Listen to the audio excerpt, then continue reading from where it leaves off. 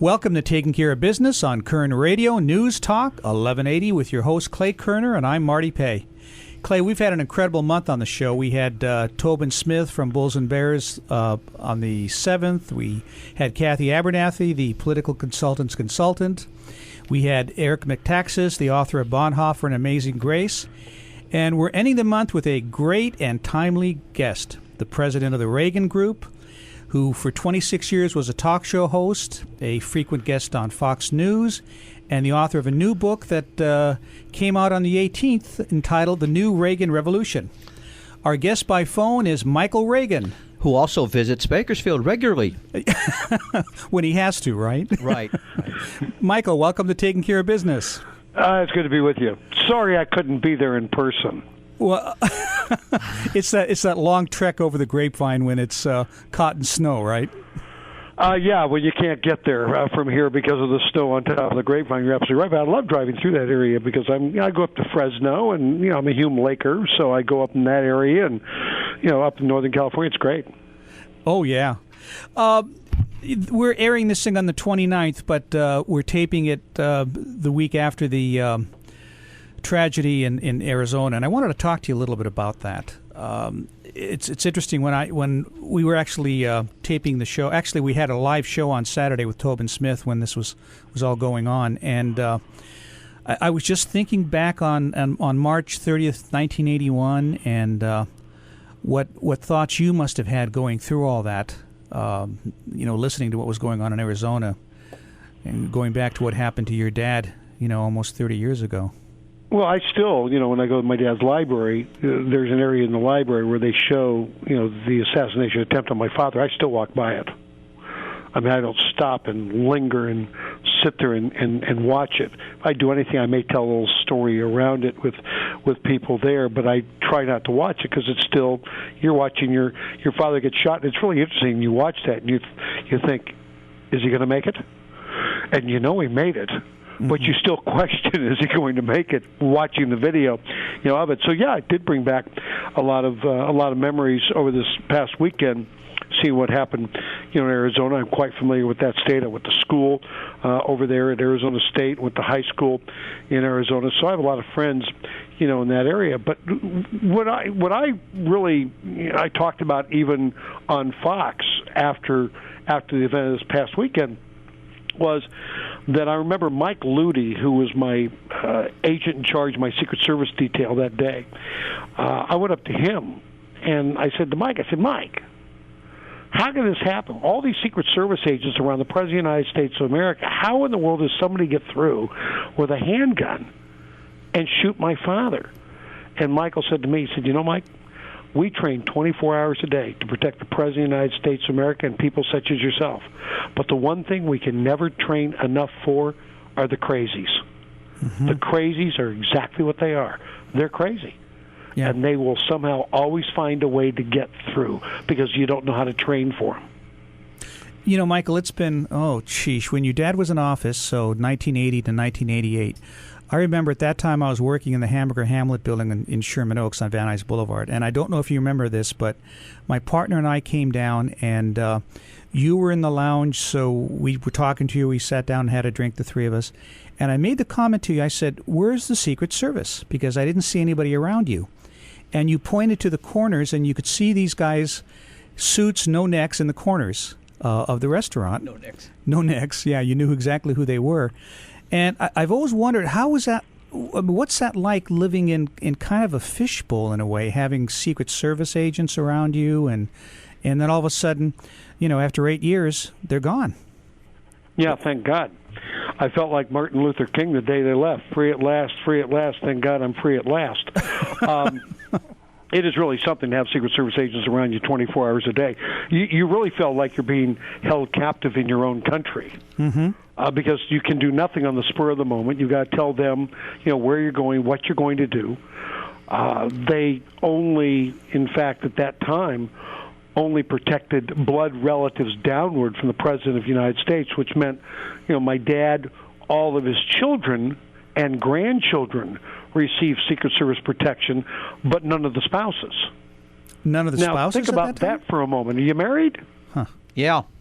Think about how that makes your wife feel like a second-class citizen in the family, where you have protection everywhere you go. She has no protection any place she goes. In fact, Colleen and I used to talk. She said, I have this dream, reoccurring dream. We're driving down the freeway. We get in a terrible accident. We're all thrown from the car. Secret Service agent pulls up alongside with an ambulance. They put you and Cameron and Ashley in the ambulance, and they throw me a phone. Oh, jeez.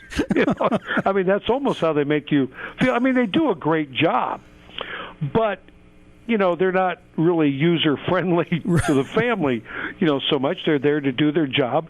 They're trained to protect the President of the United States. So when you're asking them to go to school with a 3-year-old or be in a birthing room with Ashley, like when Ashley was born in April of 1983, the first thing we heard from a Secret Service agent was, we have an arrival. We have an arrival. Raindrop has arrived. We have an arrival. Oh, that's funny. So they already had the code name for this child, and we didn't know if the child was a boy or a girl. So Colleen looked at me and said, is Raindrop a boy or a girl? And I said, is Raindrop a boy or a girl? Raindrop's a girl. Oh, and then she says, oh, Ashley.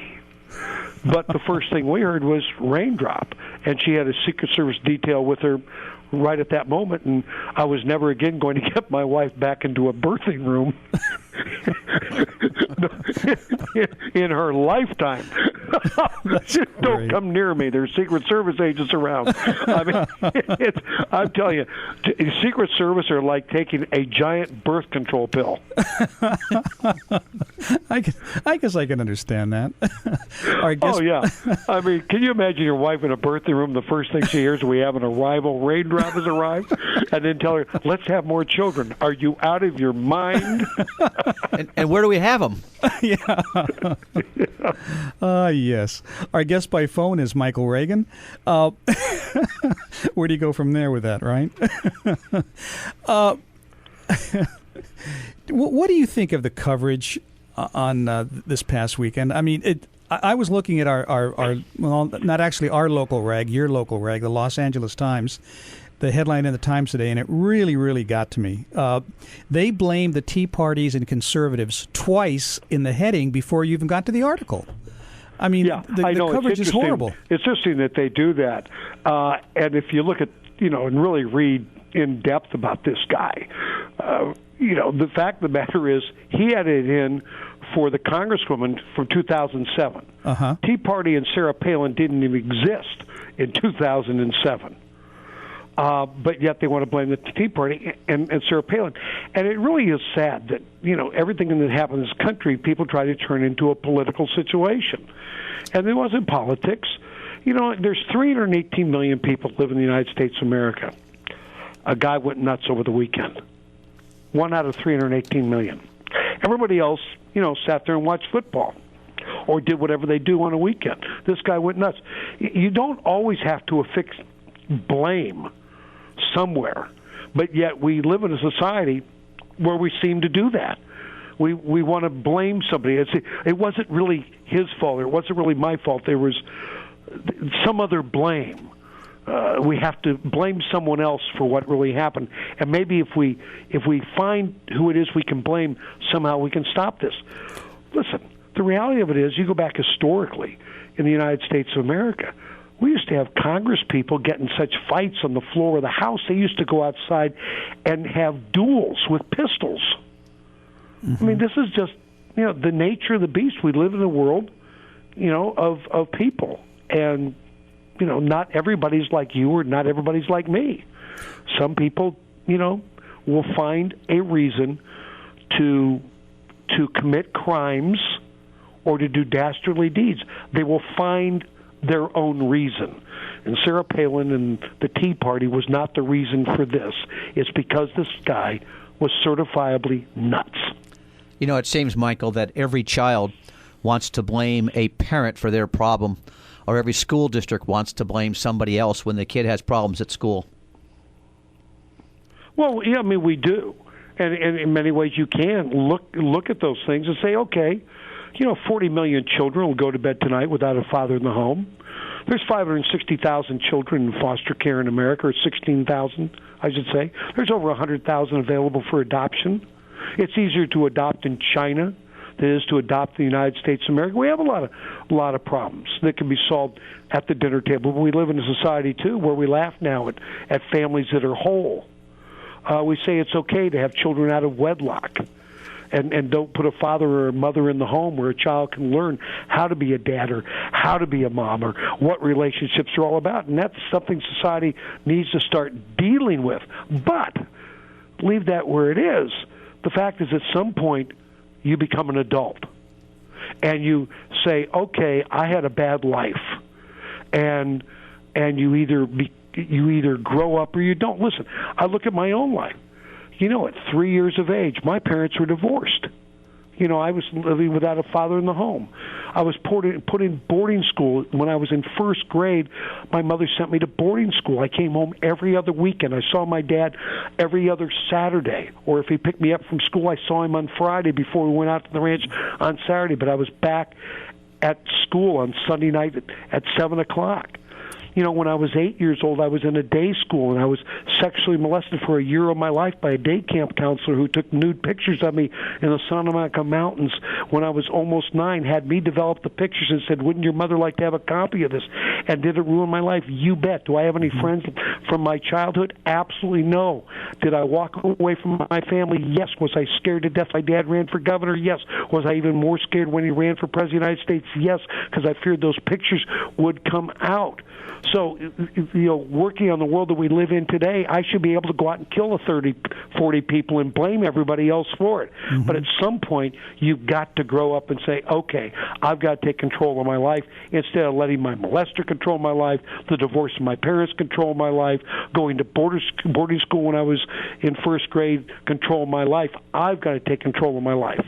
Perfect. Michael, there's a great segue there. I'm going to pick up there when we get back. We're talking with Michael Reagan on Taking Care of Business on Kern Radio Newstalk 1180.